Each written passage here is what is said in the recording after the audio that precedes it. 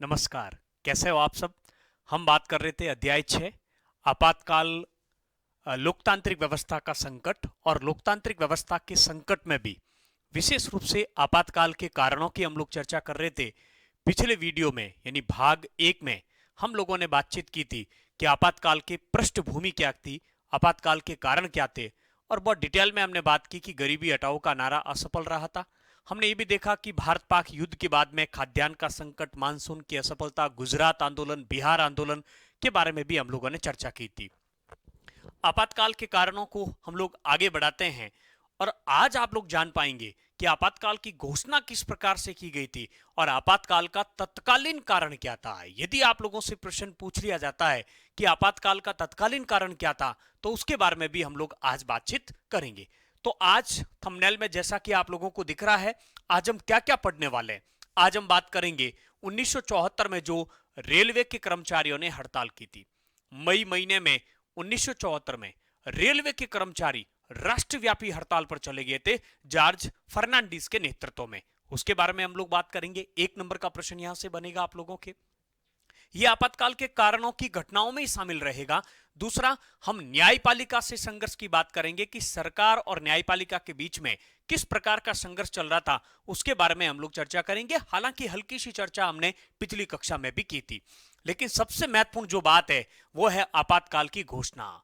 इस अध्याय में हम बात करेंगे कि आपातकाल की घोषणा किस प्रकार से हुई, और एक दो नंबर का जो प्रश्न आप लोगों से पूछा जा सकता है कि आपातकाल की घोषणा के प्रभाव क्या हुए, तो उन प्रभावों की भी चर्चा करेंगे। आपकी किताब में कितने प्रभाव दे रखे हैं? 2 प्रभाव दे रखे हैं। आज मुश्किल से 35-40 मिनट में एक कक्षा पूरी हो जाएगी। आइए हम लोग आगे बढ़ते हैं।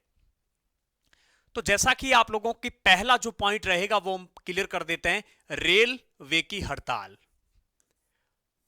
रेलवे हड़ताल, रेलवे हड़ताल। आपातकाल का अगला कारण था रेलवे की हड़ताल। मई 1974 में, मई 1974 में रेलवे के कर्मचारियों ने बोनस और सेवा के मुद्दों को लेकर, बोनस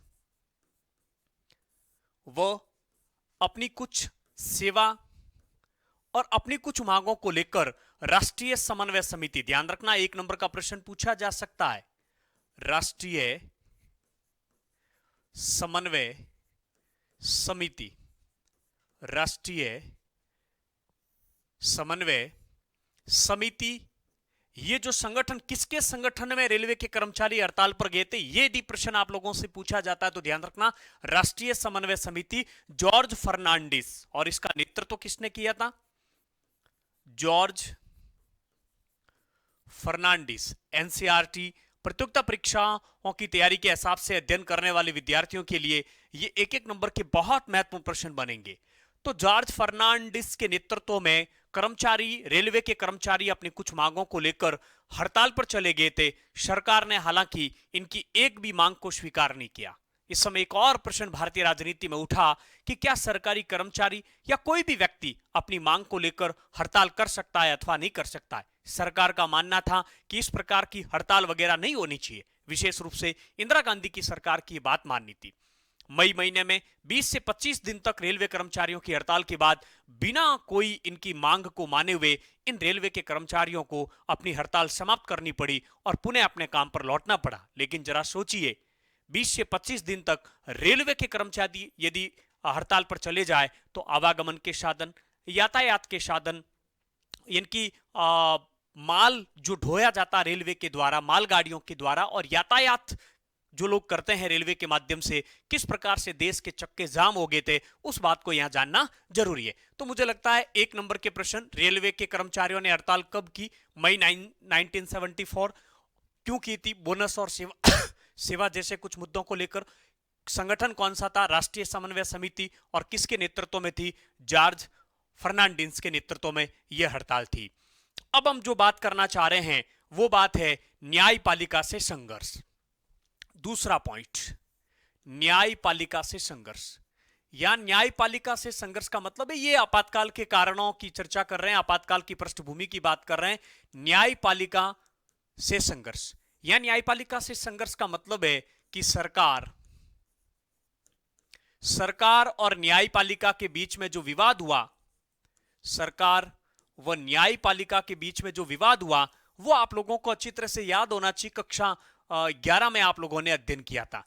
यहां हम लोग इस बात की चर्चा कर रहे हैं कि 3 मुद्दों को लेकर न्यायपालिका और सरकार के बीच में एक विवाद छिड़ गया था, जिसमें से पहला मुद्दा था कि क्या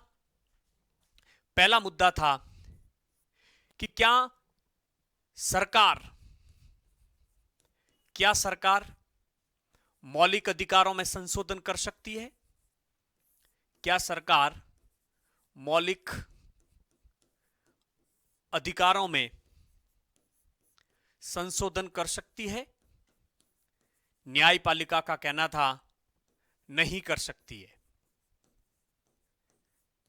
न्यायपालिका ने कहा नहीं कर सकती है। दूसरा मुद्दा था, क्या सरकार संपत्ति के अधिकार में संशोधन कर सकती है? संपत्ति का अधिकार पहले मौलिक अधिकार था, आप लोग जानते हैं। संपत्ति के अधिकार में संशोधन कर सकती है।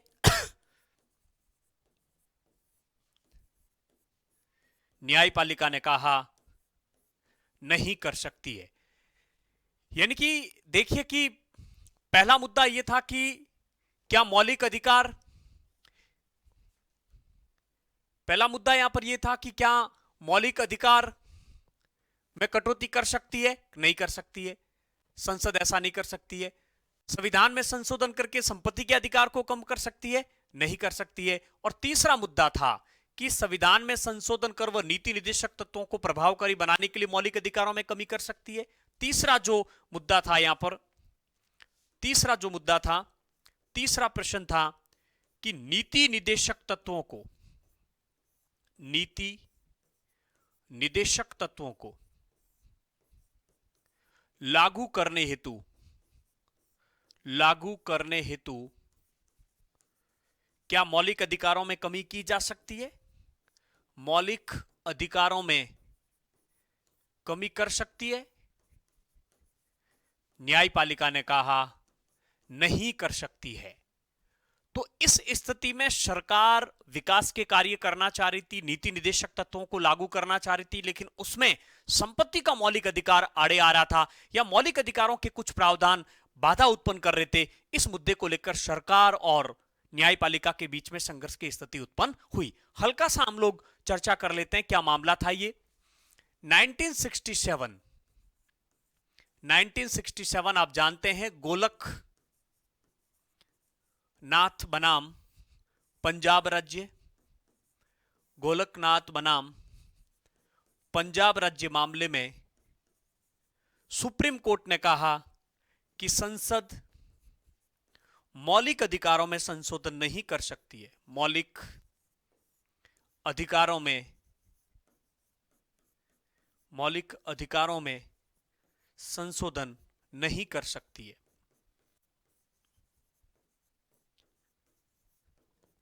और लेकिन सरकार ने, यानी कि जो संसद थी, सरकार ने इसका जवाब देने के लिए किया 24वां संविधान संशोधन 1971।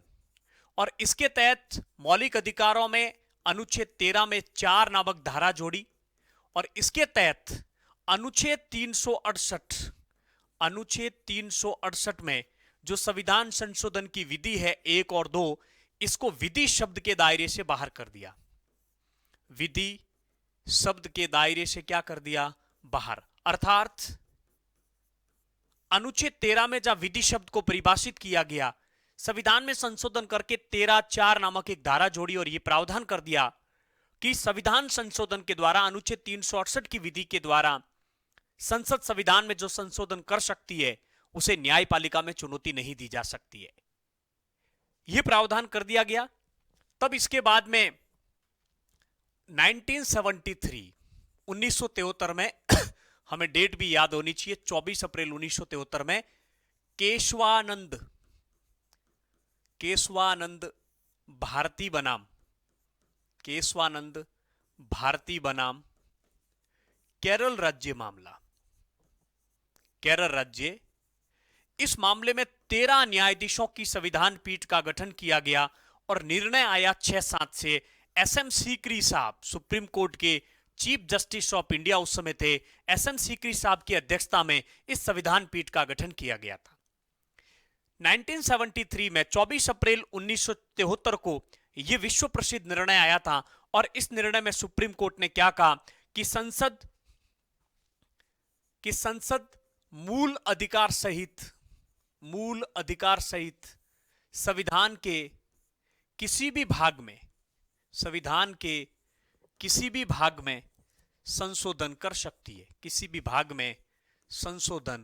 सकती है। मूल अधिकार सहित संविधान के किसी भी भाग में संशोधन कर सकती है, यानी कि पहले दिए गए निर्णय को पलट दिया, क्योंकि ऐसा सुप्रीम कोर्ट के पास में शक्ति है। अनुच्छेद 137 में इस बात का स्पष्ट उल्लेख है कि सुप्रीम कोर्ट अपने पूर्व में दिए गए निर्णयों की समीक्षा कर सकती है। तो संविधान के किसी भी भाग में संशोधन कर सकती है, लेकिन ध्यान रखना, लेकिन संविधान के मूल ढांचे में नहीं। संविधान के मूल ढांचे में नहीं। बहुत अच्छा प्रश्न आप लोगों के बनेगा, मूल ढांचे की अवधारणा का विकास किस मामले में किया? केशवानंद बनाम केरल राज्य मामला। इसे आधारभूत संरचना का सिद्धांत भी कहा जाता है। आधारभूत संरचना का सिद्धांत विकसित किया केशवानंद भारती बनाम केरल राज्य। बेसिक स्ट्रक्चर जो कॉन्स्टिट्यूशन का है उसमें आप अमेंडमेंट नहीं कर सकते हो, बाकी संविधान के किसी भी हिस्से में आप संशोधन कर सकते हैं। आप मौलिक अधिकारों में भी संशोधन कर सकते हैं। तो संविधान की मूल ढांचे की अवधारणा का इस समय विकास किया सुप्रीम कोर्ट ने, केशवानंद भारती बनाम केरल राज्य। 1 नंबर का बहुत अच्छा प्रश्न बनेगा। हालांकि निर्णय इंदिरा गांधी के विरुद्ध में था। परिणाम क्या निकले इसके परिणाम ये निकले कि 24 अप्रैल को डिसीजन आया था और 25 अप्रैल 1973 को सुप्रीम कोर्ट के मुख्य न्यायाधीश एस एम सीकरी साहब का कार्यकाल पूरा हुआ और उसके बाद में भारत में मुख्य न्यायाधीश की नियुक्ति करनी थी 25 अप्रैल को। आपको जानकारी है अनुच्छेद 124 के तहत सुप्रीम कोर्ट के मुख्य न्यायाधीश की नियुक्ति भारत के राष्ट्रपति के द्वारा की जाती है। लेकिन भारत के राष्ट्रपति इसकी नियुक्ति किसके परामर्श से करेंगे, किस प्रकार से करेंगे, इस संदर्भ में भारतीय संविधान मौन है। आजादी के बाद एक परंपरा चली आ रही थी कि सुप्रीम कोर्ट के जो न्यायाधीश है उन न्यायाधीशों में से सबसे जो वरिष्ठ न्यायाधीश है उसे सुप्रीम कोर्ट का मुख्य न्यायाधीश बनाया जाएगा। लेकिन पहली बार 3 न्यायाधीशों की वरिष्ठता का उल्लंघन किया गया, क्योंकि एस एम सीकरी साहब के बाद में एम सेलेट, केएस हेगड़े और एस एन ग्रोवर सीनियर जज थे। यानी कि एस एम सीकरी साहब के बाद में नंबर 1 पर थे एम सेलेट, फिर थे केएस हेगड़े और फिर थे एस एन ग्रोवर। इन तीनों की वरिष्ठता का उल्लंघन करते हुए अजीत नाथ रे को सुप्रीम कोर्ट का मुख्य न्यायाधीश बनाया गया। ध्यान रखना, M Shelat, K S Hegde, M Shelat, M Shelat, K S Hegde और ग्रोवर और नंबर 4 पर थे अजीत नाथ रे, यानी कि एन रे। तो सुप्रीम कोर्ट के मुख्य न्यायाधीश एस एम सीकरी साहब के बाद बनने थे सेलेट साहब के बाद में हेगड़े, फिर ग्रोवर और उसके बाद बनने थे एन रे। लेकिन जो 7 न्यायाधीश जिन्होंने ये फैसला दिया था उसमें एक तो आपके हो गए एस एम सीकरी साहब और 3 कौन थे? सेलेट, केएस हेगड़े और ग्रोवर, जिन्होंने सरकार के विरुद्ध फैसला दिया। अतः इन तीनों का सुप्रीम कोर्ट का मुख्य न्यायाधीश नहीं बनाकर जिन्होंने इसके विपक्ष में फैसला दिया था, यानी कि 6 न्यायाधीशों में शामिल थे एन रे, अजीत नाथ रे को सुप्रीम कोर्ट का मुख्य न्यायाधीश बनाया गया। वरिष्ठता का पहली बार उल्लंघन किया गया इंदिरा गांधी की सरकार के कार्यकाल के दौरान, और जैसे इस वरिष्ठता के सिद्धांत का उल्लंघन किया, इस परंपरा का उल्लंघन किया, सेलेट, हेगड़े और ग्रोवर तीनों ने अपने पद से क्या दे दिया? त्यागपत्र दे दिया। एक तो ये इस समय बात हुई। 1977 में सुप्रीम कोर्ट के मुख्य न्यायाधीश का जब पद और रिक्त हुआ तो एक बार फिर से एच आर खन्ना जो सुप्रीम कोर्ट के मुख्य न्यायाधीश बनने थे वरिष्ठता के हिसाब से, इनकी वरिष्ठता का उल्लंघन करते हुए हमीदुल्ला बेग को सुप्रीम कोर्ट का मुख्य न्यायाधीश बनाया गया। इस समय भी भारत की प्रधानमंत्री कौन थी? इंदिरा गांधी, एच हमीदुल्ला बेग। तो ये दो ऐसे अवसर रहे हैं हमारे हिंदुस्तान की राजनीति में जब सुप्रीम कोर्ट के मुख्य न्यायाधीश की नियुक्ति वरिष्ठता के सिद्धांत का उल्लंघन करके की गई। ये अच्छा प्रश्न बन सकता है, आप लोगों को विशेष रूप से इसका ध्यान रखना है। तो इस प्रकार से जब सुप्रीम कोर्ट में मुख्य न्यायाधीशों की नियुक्ति के संदर्भ में इस प्रकार की राजनीति हुई, तो ऐसी परिस्थितियों में प्रतिबद्ध न्यायपालिका जैसे शब्द आए कि न्यायपालिका सरकार के पक्ष में हो रही है, सरकार चाहती है कि न्यायपालिका उसके पक्ष में रहे, नौकरशाही और न्यायपालिका के लोग सरकार जैसा चाहे वैसा करे, इसके लिए एक शब्द प्रयोग में लिया जाता है प्रतिबद्ध न्यायपालिका। तो कुल मिलाकर कार्यपालिका और न्यायपालिका के बीच में संघर्ष हुआ। आज की कक्षा में दो बातें की हमने, नंबर 1 रेलवे की हड़ताल, नंबर 2 न्यायपालिका और कार्यपालिका यानी सरकार के बीच में मतभेद। आइए अब हम बात करते हैं आपातकाल का तत्कालीन कारण। आपातकाल के कारणों की हम लोग चर्चा कर रहे हैं और उसमें हम बात करना चाह रहे हैं आपातकाल के तत्कालीन कारण। आपसे पूछा जा सकता है, जैसे आप लोग पढ़ते हैं कि 1857 की क्रांति, 1857 की क्रांति का तात्कालिक कारण कौन सा था, सबसे महत्वपूर्ण कारण क्या था, तो उसी प्रकार से राष्ट्रीय आपातकाल जो लगाया गया था अंदरूनी गड़बड़ के तहत, उसका सबसे महत्वपूर्ण कारण था। और मुझे लगता है वेरी इंपॉर्टेंट प्रश्न आप लोगों के लिए बनेगा, बहुत ढंग से समझिए। 12 जून 1975 जिस समय यह पूरा घटनाक्रम पूरे विश्व भारत के अंदर संचालित हो रहा था, हमने गरीबी हटाओ के नारे से यहां तक देखा है। 1973 और 74 में 2 सालों का जो परिस्थितियां चल रही थी, इन्हीं परिस्थितियों के दौरान जब पूरे देश में इस प्रकार का माहौल चल रहा था, सरकार के विरुद्ध माहौल चल रहा था, उस समय आग में घी का जो कार्य किया वो किया 12 जून 1975 के दिन इलाहाबाद हाई कोर्ट, इलाहाबाद उच्च न्यायालय के न्यायाधीश, इलाहाबाद उच्च न्यायालय के न्यायाधीश जगमोहन सिन्हा, जगमोहन लाल सिन्हा, जगमोहन लाल सिन्हा के द्वारा दिया गया निर्णय।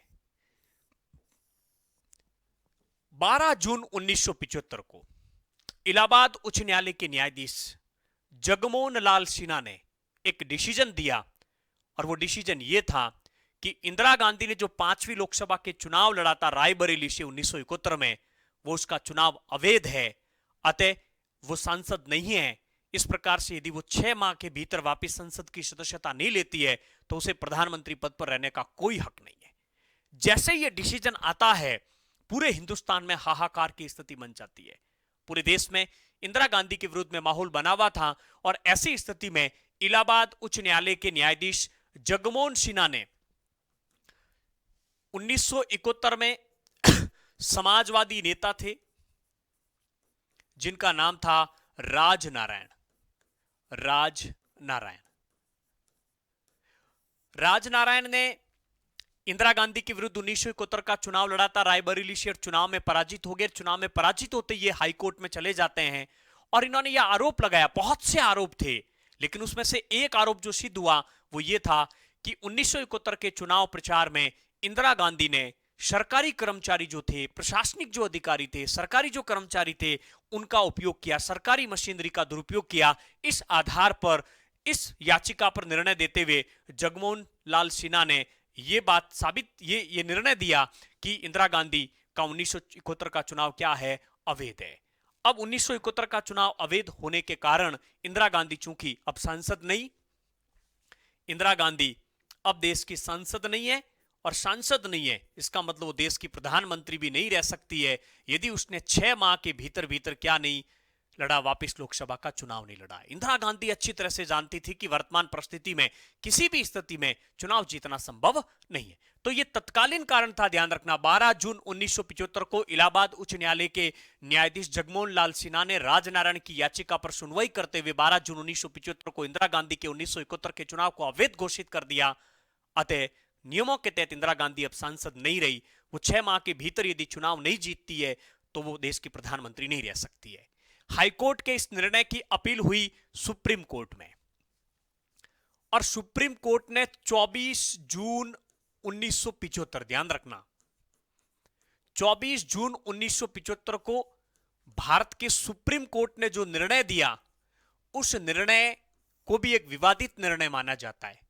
क्यों विवादित निर्णय माना जाता है? सुप्रीम कोर्ट ने हाई कोर्ट के निर्णय में संशोधन किया और संशोधन करते हुए यह निर्णय दिया कि जब तक इस मामले की पूरी सुनवाई नहीं हो जाती है सुप्रीम कोर्ट में, क्योंकि हाई कोर्ट के विरुद्ध आप अपील कर सकते हैं, जब तक इसकी सुनवाई नहीं हो सकती है, जब तक इसकी फाइनली सुनवाई नहीं हो जाती है और अंतिम निर्णय नहीं हो जाता है, तब तक इंदिरा गांधी सांसद तो रहेगी और सांसद रहेगी इसका मतलब वो देश की क्या रहेगी? प्रधानमंत्री भी रहेगी, लेकिन वो लोकसभा की कार्रवाई में भाग नहीं लेगी, लोकसभा की कार्यवाही में भाग नहीं लेगी, लोकसभा का सामना नहीं करेगी, कार्यवाही में भाग नहीं लेगी। आप जरा देखिए यहां पर सुप्रीम कोर्ट का डिसीजन जो था वो इंदिरा गांधी के पक्ष में था। सुप्रीम कोर्ट ने इंदिरा गांधी को राहत दी कि ठीक है, जब तक इस मामले की पूरी सुनवाई नहीं हो जाती, जब तक ये बात फाइनली साबित नहीं हो जाती, सुप्रीम कोर्ट में हाई कोर्ट के विरुद्ध अपील की, तब तक वो सांसद तो रहेगी, यानी इसका मतलब सांसद है तो वो पीएम भी है, लेकिन वो लोकसभा की कार्रवाई में भाग नहीं लेगी, वो लोकसभा का सामना नहीं करेगी। ये जो सुप्रीम कोर्ट का जो डिसीजन था इसको प्रतिबद्ध न्यायपालिका के नाम से जाना जाता है। प्रतिबद्ध न्यायपालिका, प्रतिबद्ध न्यायपालिका का यहां पर मतलब है कि न्यायपालिका जब सरकार का पक्ष लेती है या न्यायपालिका जब सरकार के हित में बात करती है तो उसको हम कैसी न्यायपालिका कहते हैं? प्रतिबद्ध न्यायपालिका कहते हैं। तो कुल मिलाकर जैसे 24 जून 1975 को सुप्रीम कोर्ट ने हाई कोर्ट के निर्णय में इस प्रकार का स्थानादेशन दिया, इस प्रकार का संशोधन किया, ठीक अगले दिन यानी 25 जून, ध्यान रखना यही तो महत्वपूर्ण बातें हैं, 25 जून 1975 को जयप्रकाश नारायण, मोरारजी देसाई, जितने भी लोग जिन आंदोलनों का नेतृत्व कर रहे थे, इंदिरा गांधी के विरोधी थे, वो सब दिल्ली के रामलीला मैदान में एकत्रित हो जाते हैं। दिल्ली के रामलीला मैदान में इन सारे लोगों के द्वारा एक बहुत बड़े जो है आंदोलन का आह्वान किया जाता है, एक राष्ट्रव्यापी हड़ताल का आह्वान किया जाता है और इंदिरा गांधी से इस्तीफा मांगा जाता है। ऐसी परिस्थिति में 25 जून 1975 के दिन दिल्ली के रामलीला मैदान में विशेष रूप से जयप्रकाश नारायण, जेपी नारायण,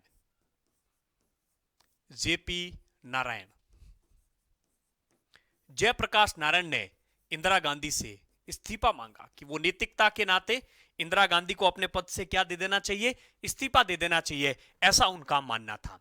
साथ ही साथ जयप्रकाश नारायण ने राष्ट्रव्यापी सत्याग्रह की घोषणा की। राष्ट्रव्यापी सत्याग्रह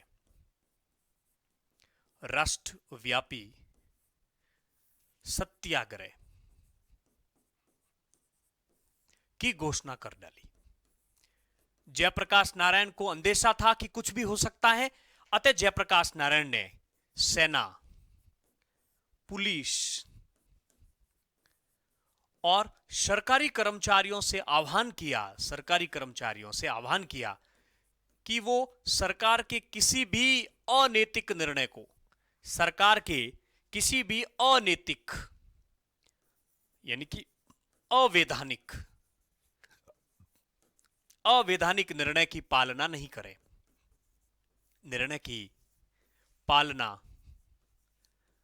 करे, कुल मिलाकर इस प्रकार की परिस्थितियां बन गई थी कि जयप्रकाश नारायण ने 25 जून 1975 को दिल्ली के रामलीला मैदान में एक बहुत बड़ा आंदोलन प्रारंभ कर दिया। इंदिरा गांधी से इस्तीफे की मांग की गई, राष्ट्रव्यापी सत्याग्रह की घोषणा कर दी गई, सेना, पुलिस, सरकारी कर्मचारियों से सरकार के अवैधानिक निर्णय को मानने से इनकार किया गया। जब ये सारी चीजें हो रही थी, कुल मिलाकर ये सब कुछ कांग्रेस पार्टी के विरुद्ध में था, विशेष रूप से इंदिरा गांधी के विरुद्ध में था। सरकारी कामकाज के ठप होने की आशंका थी। ऐसी स्थिति को ध्यान में रखते हुए इंदिरा इंदिरा गांधी 25 जून के दिन इंदिरा गांधी 25 जून 1975 की मध्य रात्रि को, जब उन्हें लगा कि परिस्थितियां विपरीत हो रही है, परिस्थितियां प्रतिकूल हो रही है, मध्य रात्रि को देश के राष्ट्रपति फखरुद्दीन अली अहमद साहब के पास में जाकर उनको अनुच्छेद 352 के तहत आंतरिक अशांति के आधार पर, अंदरूनी गड़बड़ के आधार पर देश में राष्ट्रीय आपातकाल की घोषणा की बात करती है। क्योंकि आप जानते हैं 1971 में भारत पाक युद्ध के बाद में अनुच्छेद 352 के तहत बाह्य आक्रमण के आधार पर राष्ट्रीय आपातकाल की घोषणा उस समय चल रही थी। इंदिरा गांधी ने आपातकाल के ऊपर आपातकाल लगाने की बात कही। फखरुद्दीन अली अहमद साहब, चूंकि वो संवैधानिक प्रधान होते हैं, राष्ट्रपति, मंत्रिपरिषद की बात माननी होती, प्रधानमंत्री के परामर्श के अनुसार कार्य करना होता है, अतः उन्होंने मध्य रात्रि को 25 जून 1975 की मध्य रात्रि को, तत्कालीन राष्ट्रपति का नाम आप लोगों को याद रखना है, फखरुद्दीन अली अहमद। फखरुद्दीन अली अहमद भारत के राष्ट्रपति थे उस समय, और फखरुद्दीन अली अहमद साहब ने संवैधानिक प्रावधानों का उपयोग करते हुए, क्योंकि यह सरकार के संवैधानिक दायरों में था, ऐसा कॉन्स्टिट्यूशन में लिखा हुआ है, अंदरूनी गड़बड़ होने पर, आंतरिक अशांति होने पर राष्ट्रीय आपातकाल की घोषणा की जा सकती थी। 25 जून 1975 की मध्य रात्रि को इस आपातकाल की घोषणा की जाती है, और 26 जून 1975 को यह आपातकाल प्रभावी होता है। भारत के गजट में यह बात प्रकाशित होती है। तो आरएस में प्रश्न पूछा गया था कि अंदरूनी गड़बड़ के आधार पर राष्ट्रीय आपातकाल लागू कब हुआ, लागू का प्रश्न पूछा जाता है तो 26 जून, और इसकी जो है इसको घोषणा कब की गई, तो वो होता 25 जून, मध्य रात्रि थी तो अगला दिन हो जाता। इस प्रकार से 26 जून को लागू हुआ। सरकार का मानना था कि गंभीर संकट की घड़ी आन पड़ी है, गंभीर संकट की घड़ी आ गई है। इंदिरा गांधी की सरकार का कहना था कि देश की परिस्थितियां बहुत विकट हो रखी है, देश की एकता और अखंडता को खतरा है, विदेशी ताकतें देश की एकता और अखंडता को तोड़ने पर आ गई है। ऐसी परिस्थितियों में कोई सरकार हाथ पे हाथ धर के कैसे बैठ सकती है? एक व्यक्ति ने सेना तक को उकसा दिया है। ऐसे में स्थिति, देश के लोकतंत्र के ठप होने की स्थिति पैदा हो सकती है। इस कारण से हमने आपातकाल की घोषणा की। कुल मिलाकर फखरुद्दीन अली अहमद साहब ने इस गंभीर की संकट की घड़ी को, सरकार ने जैसा कहा, देखा जाए तो राष्ट्रीय आपातकाल की घोषणा कर दी। और नियमों की यदि हम लोग बात करें तो नियमों के अनुसार ये सरकार के दायरे में था। ये सरकार के दायरे में इसलिए था क्योंकि संविधान में इन बातों का उल्लेख है। कुल मिलाकर अंदरूनी आपातकाल, अंदरूनी गड़बड़ के आधार पर जो आपातकाल लगाया गया, उससे हमारे देश में लोकतंत्र ठप हो जाता है। आपके मन में एक प्रश्न उठ रहा होगा कि लोकतंत्र कैसे ठप हुआ? लोकतंत्र इस प्रकार से ठप हुआ क्योंकि आपातकाल की घोषणा के जो प्रभाव है, उस प्रभाव की हम लोग बात करेंगे, तब आप लोग इन बातों को जान पाएंगे। आपकी किताब में आपातकाल के 2 प्रभाव दे रखे हैं, तो हम केवल 2 प्रभाव की यहां पर चर्चा करेंगे। आपातकाल का पहला प्रभाव था कि हमारे देश में जो संघीय ढांचा है, संघीय ढांचा यानी संघात्मक जो ढांचा है, वो निष्प्रभावी हो गया। क्या हो गया? निष्प्रभावी।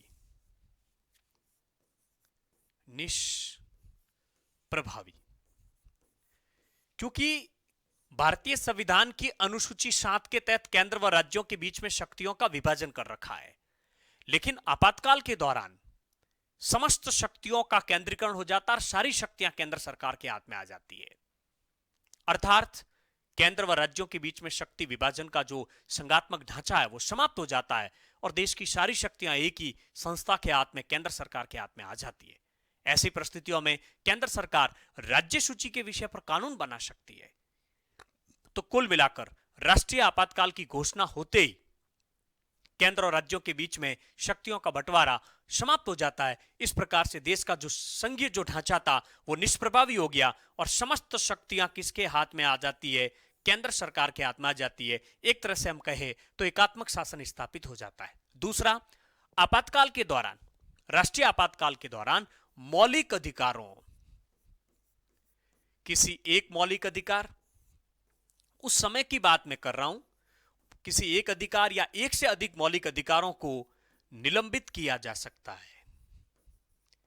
निलंबित किया जा सकता है, और उस दौरान हमारे मौलिक अधिकारों को निलंबित कर दिया गया था।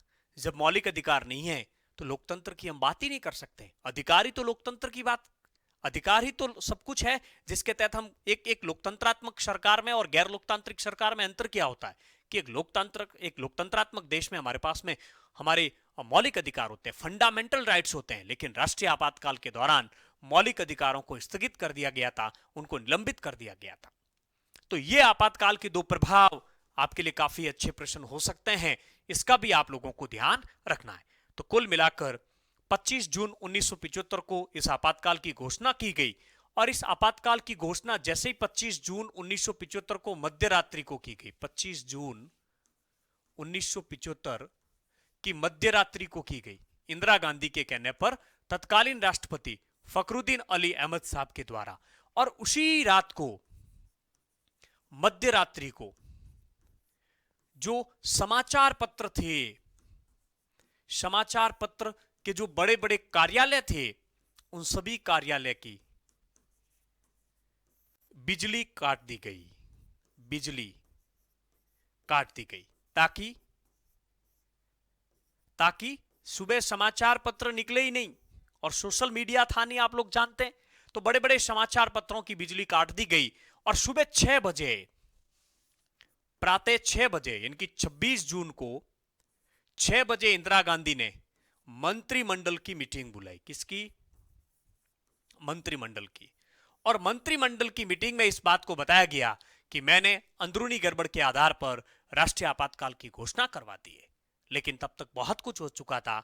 यही कारण था कि जब इस आपातकाल के बाद में जनता पार्टी की सरकार आती है, तब 44वें संविधान संशोधन 1978 के तहत आपातकालीन प्रावधानों को कठोर किया जाता है। और पहला ही प्रावधान यह किया गया कि अंदरूनी अशांति यानी कि आंतरिक अशांति शब्द को ही हटा दिया, कॉन्स्टिट्यूशन के आर्टिकल 352 से उसका लोप कर दिया गया, और उसकी जगह कौन सा शब्द लिखा गया? सशस्त्र विद्रोह, ताकि भविष्य में कोई इस प्रकार से आपातकाल की घोषणा नहीं कर सके। आप ये भी जानते हैं कि 44वें संविधान संशोधन 1978 के तहत यह भी प्रावधान किया गया कि मंत्रिमंडल के लिखित परामर्श के बिना राष्ट्रपति राष्ट्रीय आपातकाल की घोषणा नहीं कर सकते हैं। लेकिन ये बातें तो 44वें संविधान संशोधन 1978 में लागू हुई, इससे पहले ऐसी चीजें नहीं थी। और उसका संवैधानिक प्रावधानों का उपयोग करते हुए इंदिरा गांधी ने राष्ट्रीय आपातकाल की घोषणा किस प्रकार से की, उसके बारे में हम लोगों ने जाना। और जब समाचार पत्रों के कार्यालय की बिजली काट दी गई, अगले दिन समाचार पत्र नहीं निकले और वापिस उनको बिजली दी गई, तब समाचार पत्रों के ऊपर क्या लागू कर दी गई थी? Press censorship. हम जानेंगे अगली कक्षा में प्रेस सेंसरशिप क्या है और इसके क्या परिणाम होते हैं, उसके बारे में हम लोग बातचीत करेंगे। तो आज हम लोगों ने देखा कि किस प्रकार से आपातकाल की घोषणा हुई थी, आपातकाल कैसे प्रभावी हुआ, आपातकाल किस प्रकार से लागू हुआ। मैं पूरी आशा के साथ कह सकता हूं कि आप इन सारी बातों को ढंग से जान रहे होंगे। और कैसा हमारा प्रयास चल रहा है, ये कमेंट्स बॉक्स में जरूर बताएं। आप लोग कहां से जुड़कर इन कक्षाओं को देख रहे हैं, ये भी जरूर बताएं।